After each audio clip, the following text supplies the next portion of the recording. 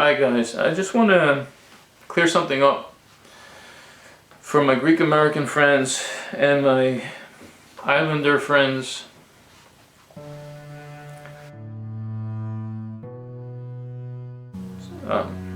My humanitarian efforts are not about refugees. It's not about foreigners. It's not about these people you think are ruining your island. It's not about that.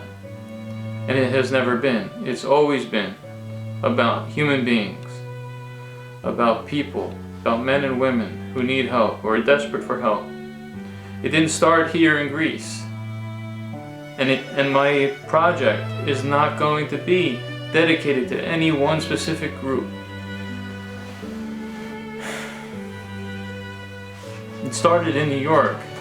It started, if you think about it philosophically, it started way back, but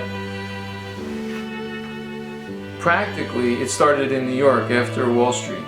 And after my eyes were open and I fell in intimately into this world of impoverished people, deeply impoverished people.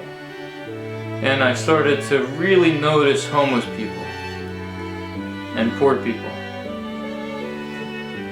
And one day coming out of one day I passed a door with a sign on it that said volunteers needed soup kitchen Tuesday nights. And I thought, why not? Why not? Because I was of the mentality that I was really going to help people and make a big difference for people in the world after I made my millions and secured my life. And after I had a house and a Maserati. At that time it was a Corvette. Now it's a Maserati. It became Maserati, now it's anything with 4 wheels. That's practical. But I didn't have to be rich.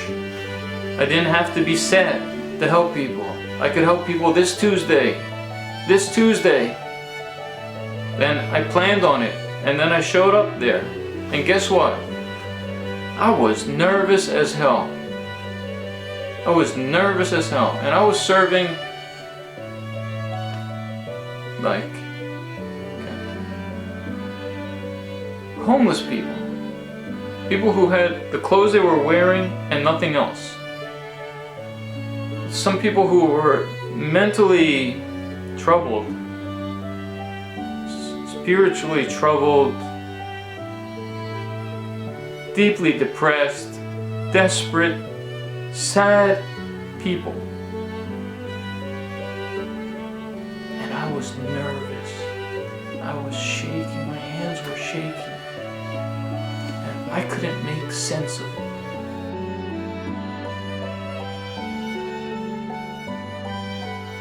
Because I had gotten over my fear of public speaking and of people in college, in undergraduate school. That was a high school thing for me. I overcame that.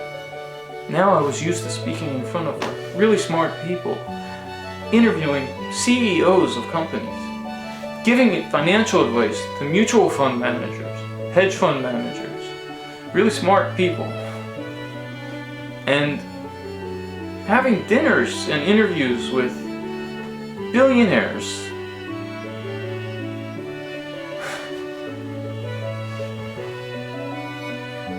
And millionaires. And now here I was serving what some would consider the lowest of the low.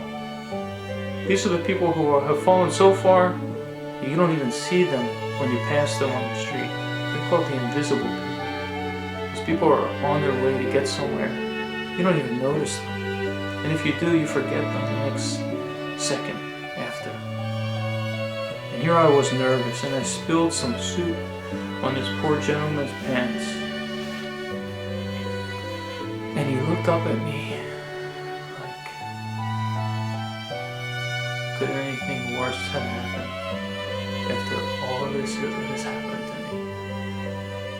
And I wanted to cheer him up, because this is my nature.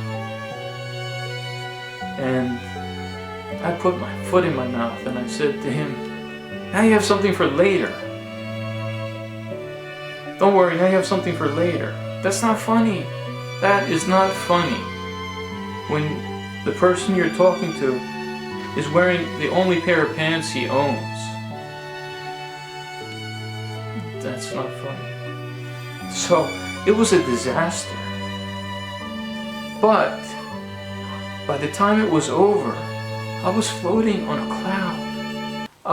My heart was full. I had just been satisfied in a way that nothing had satisfied me before in my life. And I went home and I called 3 people and I was like, this was so great, this was amazing.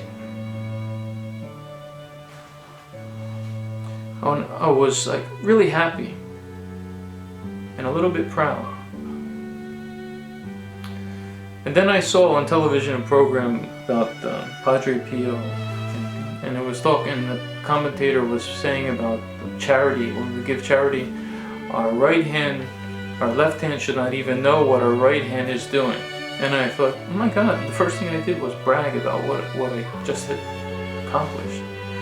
And so then I decided, okay, I'm going to do this every Tuesday, and I'm never going to tell anybody about it. I'm never going to tell anybody about it.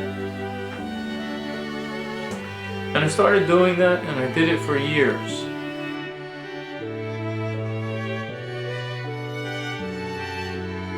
So this expanded because, you know, I'm a problem solver and my mind works, and so from serving soup kitchens I started to think about what more can I do. And I found myself one day in a bakery, and the thought came to me, what do you do with your leftover bread? And a woman, nice woman, says, well, we give it to charity. I said, well, you know, are all of your days of the week taken by charities? And there happened to be 2 days, and she gave me one. And so from that day forward, I would take 3 big bags of bread, and I would distribute 1 bag to 1 soup kitchen. I'd leave it outside the door. It was a luncheon for poor elderly people. And I would leave my bread outside the door. And on their way out, they would take bread home with them. Or if they didn't have a home, they would take bread with them. And I would take the second bag the same day with a little Marley, and we would walk down the street to the soup kitchen at another soup kitchen 1 block away for that evening, for Wednesday evenings. It was Epiphany Church on York Avenue, 74th. And I would leave another bag there. And that was for homeless people and very poor people in the evening. And the third bag I'd take home with me and use it to create individual care packages, which if I had money, I would put a bottle of water in there with cupcakes or baked goods or bread even. If it was just bread, it could be a loaf of bread, it could be a bagel, it could be a cupcake, it could be cookies, whatever the bakery would give me. Sometimes it was some really good bread. And then I would distribute also to some very poor and homeless, semi-homeless people that I knew as well. And I make these care packages, and sometimes I'd buy some fruit too, because you could get 5 bananas for $1. So I'd put a banana in each bag and walk around. And then I'd walk around late at night with my dog and leave these bags wherever I saw.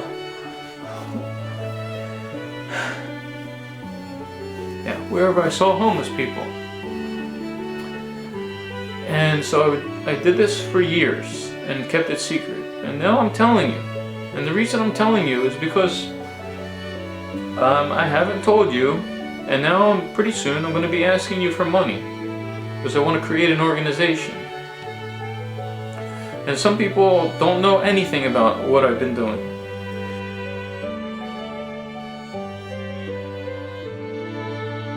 And so this is why I'm telling you these things. This is why I'm posting these things. It's not because I'm some kind of show-off. And I just want you to know that my project is going to focus in Greece on all unemployed Greeks. And that will include some migrants with legal work status. But it will also include people impacted by COVID, regular Greeks, natural-born Greeks. It will help Greece. It will reduce crime in Greece. It will help to cure urban blight in Greece. It will help Greece, and it will help Greeks. So if you care about Greece, and it's scalable and expandable, and I plan to take it beyond Greece.